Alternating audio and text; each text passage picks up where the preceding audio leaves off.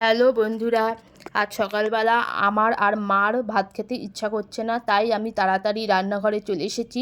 সবার আগে আমি চাউমিনটাকে সেদ্ধ করে নিয়েছি।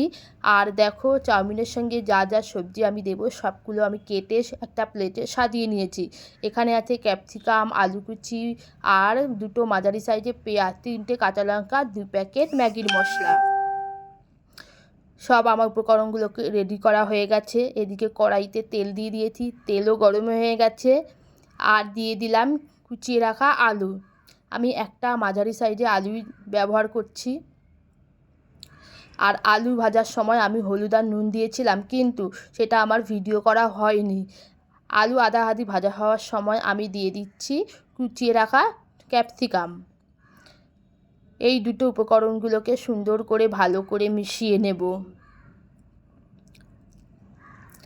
আর এরপর দিয়ে দিলাম কুচিয়ে রাখা পেঁয়াজ কুচি আর লঙ্কা কুচি, একসাথেই আমি দিয়ে দিয়েছি। আর আমার এটা ভাজা হওয়ার সময় হঠাৎ মনে পড়েছে আমার তো ডিম ভুজিয়া করা হয়নি। কী আর করা যাবে, এই উপকরণগুলো ভালো করে ভেজে নিয়ে একটা পাত্রে আমি তুলে নিয়েছি। কড়াই খালি করে আমি ডিম ভুজিয়া করে নিয়েছি। এই দেখো, আমি একটা বাটিতে সমস্ত ভাজাগুলো তুলে নিয়েছি। আর ডিম ভুজিয়া হয়ে যাওয়ার সময় আমি সব ভাজাগুলো একসাথে ডিমের সাথে মিশিয়ে নিলাম। আর সেদ্ধ করা চাউমিনটাকে দিয়ে দিয়েছি। সব একসাথে ভালো করে আমি মিশিয়ে নেব।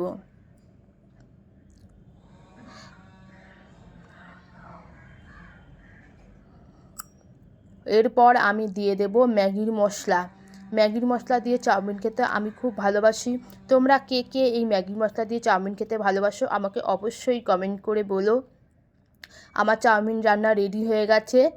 তোমাদের কেমন লাগলো ভিডিওটা আর দেখতে কেমন লাগছে আমাকে অবশ্যই কমেন্ট করে বলবে। ভালো লাগলে লাইক করবে। সবাই ভালো থাকবে, সুস্থ থাকবে, সাবধানে থাকবে। টাটা।